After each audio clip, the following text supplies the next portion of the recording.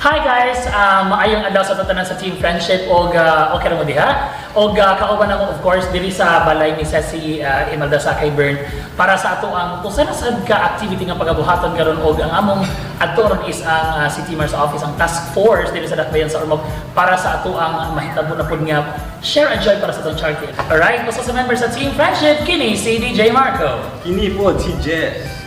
Hi, I'm Jack. Lods. And yours truly, Imelda Sakay Bern. And we are The Team Friendship! So mag-lunch kami guys and see you later. Okay.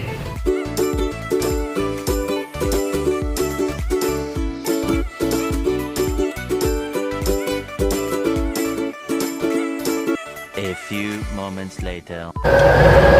Hi sa mga Team Friendship na may adlaw sa inyong tanan kinasa Luya Friendship Marco and inyo makauban karon sa among full day din ang activity gani na nag-lunch kami diri sa balay ni Miss Imelda Sakay Bern. Ang ako buhaton karon isip ko sa karon makanan magbuko magtinabangan tayong tanan para siguradong maiusa ang atong tagsatag gyud isip Pilipino o usa ka Ormocanon. So mga kining amo ko sa among advokasya gyud ang pagtinabangay We Heal as One. Kini si DJ Marco, of course, para sa atong coverage karon. O syempre, ang Team Friendship, so okay na mo, ready na mo para sa atong city. Daragan yun. So, mga na buhaton karon guys, kung sa inyo kasulting, ika-comment karon sa atong kanakuan sa Ormocanos karon. Like karon sa nahitabo yun, sa inyong mga comments na. of course, na nahitabo karon para ma-useful ta sa community, especially about na less tagamay, so i-share na tungkol sa katawhan na nag-lead, no, badly lead, sa kaning ato pandemic na gatubang karon. Yes, of course. So, ito mga ka-friends, musulti karon sa balay ni Miss Imelda Sakay Bern o ato na buhaton ang among exclusive interview o chika-chika ba lang ang Team Friendship. Alright? So, ito mga friends, yan nakakaroon din na. Watch out para sa mga interview din after na o ito sa City Mayor's Office para sa atong task force meeting. So, nakakali dito makikupan may alright guys? So, ayan. Sundan nyo kami dito sa loob. Alright? Let's go!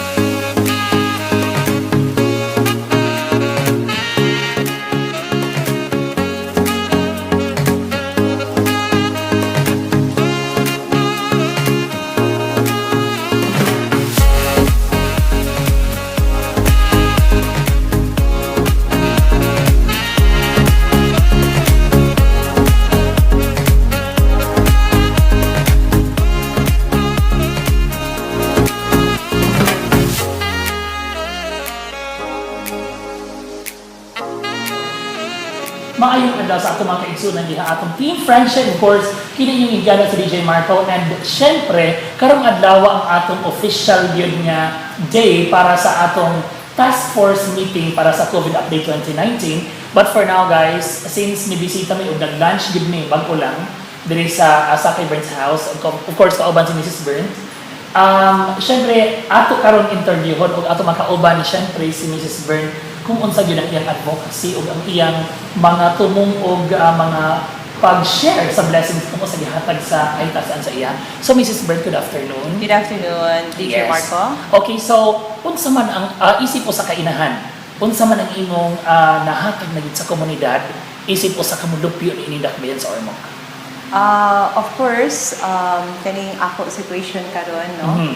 Nagikan mig struggle sa mo life, no? Agi sa ka pobre, struggle sa life, nanigurog eskwela, na scholar, o karon natagaan o buta na bana, o karon kuha na sa Ginoo. Pero ang ako advocacy is kung sa to mahatag na tabang sa mga palibot nato, especially karon sa pandemic, yes, no? So karon DJ Marco kani ato Team Friendship na ikaw ang founder ani og si Babe Clouds.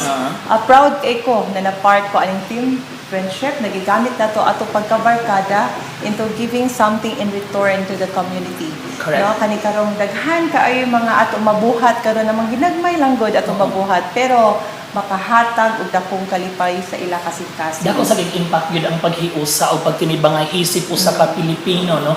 Kay nabatasan gyud sa mga Pilipino nga parehas sa uban gyud nga di na magpaingon no kining amo gyud Mrs. Bern is ato gud siya gibuhat nga wala tay organization but mag friends ta nga suot gyud naghigala Yes. nga naghiusag gyud mi para matabang sa ato mga frontliners. So unsa may nakapa-inspired nimo Mrs. Bern nga na-inspired ka aning nahitabo sa nga pandemya kay naman jud mga nahimo na sa uban nga to nga mga kaigsuonan. So unsa nakapa-inspired nimo? Of course, very inspired kay ko kay ato manggudigi tan-aw ning pandemic karon na naay mensahe ang Ginoo nato ani.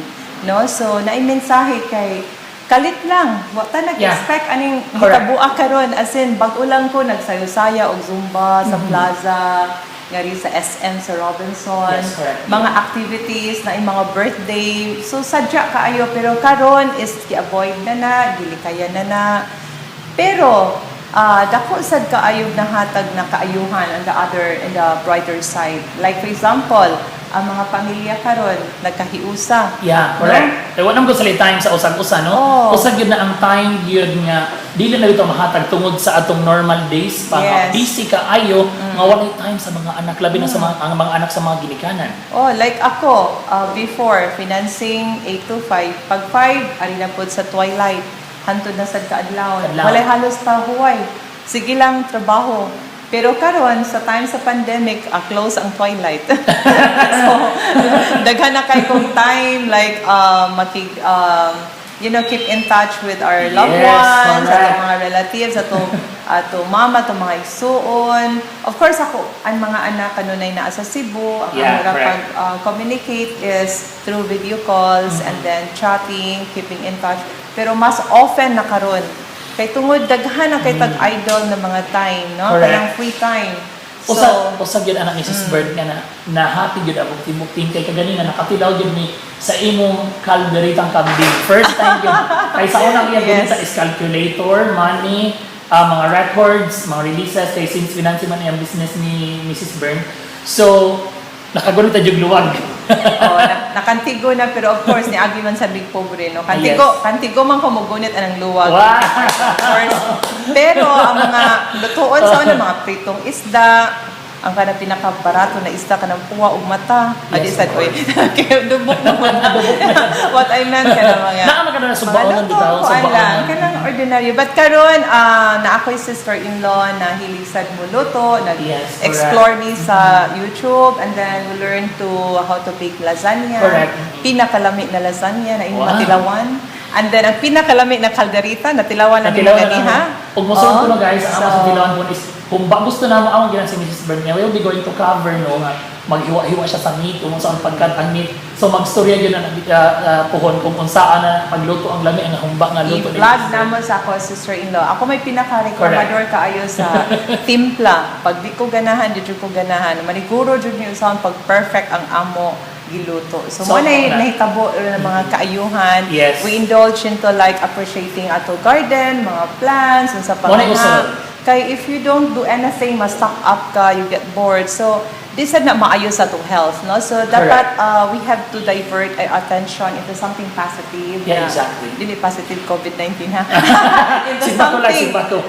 the things we love to do, no? Like, pwede naman sad, like, mag-zumba na nga rin sa balay, dili Yeah. lang sa plaza. But karon okay na, gi-allow na sa plaza. So, balik na sad ato gana na mag-zumba sa plaza. And then, kaning magkuan, palibot na to sa ato panimalay. Sa pato mabuhat na ma-beautify ang ato panimalay. Kay, stay at home man ta. So, na ang atong Correct. focus sa ato panimalay. So man nga considered gani si Mrs. Bird niya healthy home, healthy living, healthy lifestyle, and healthy family of course. So sa atong mga friends nga nag-tanaw diyan sa atong YouTube channel, ay mong kalimot guys, para sa atong pag-subscribe, i-click lang niya siya dito dapit ang atong subscribe, then click the notification bell para sa ganitong updated ka sa mga latest videos sa DJ Marco Events, atong official YouTube channel, ug atong official page ang DJ Marco Events and Entertainment, Z-Life, and Guardians of the Health also. So Mrs. Bird, any parting words, what you want to tell to our audience nga naakaw namin na nagtanaw sa atong videos? Ako, parting words lang, na kaning pandemic, it's all passing. Keep your faith strong Correct. in God. Mo ginay pinaka Importante. importante na gikuptan nato karon na pag-atubang aning ato pag-cope up aning ato pandemic karon.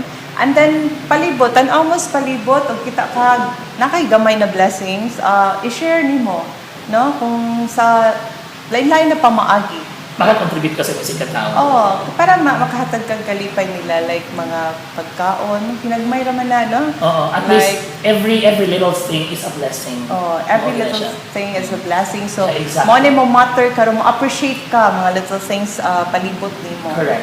And then of course kaning ato ron pagmugna sa to activity karon, Yes. ako pasalamat Oo, ating sa mga founder kaning oo. si kaning Waffle Time o kaning Yes. Z Life na ang honor ani ang ako babe.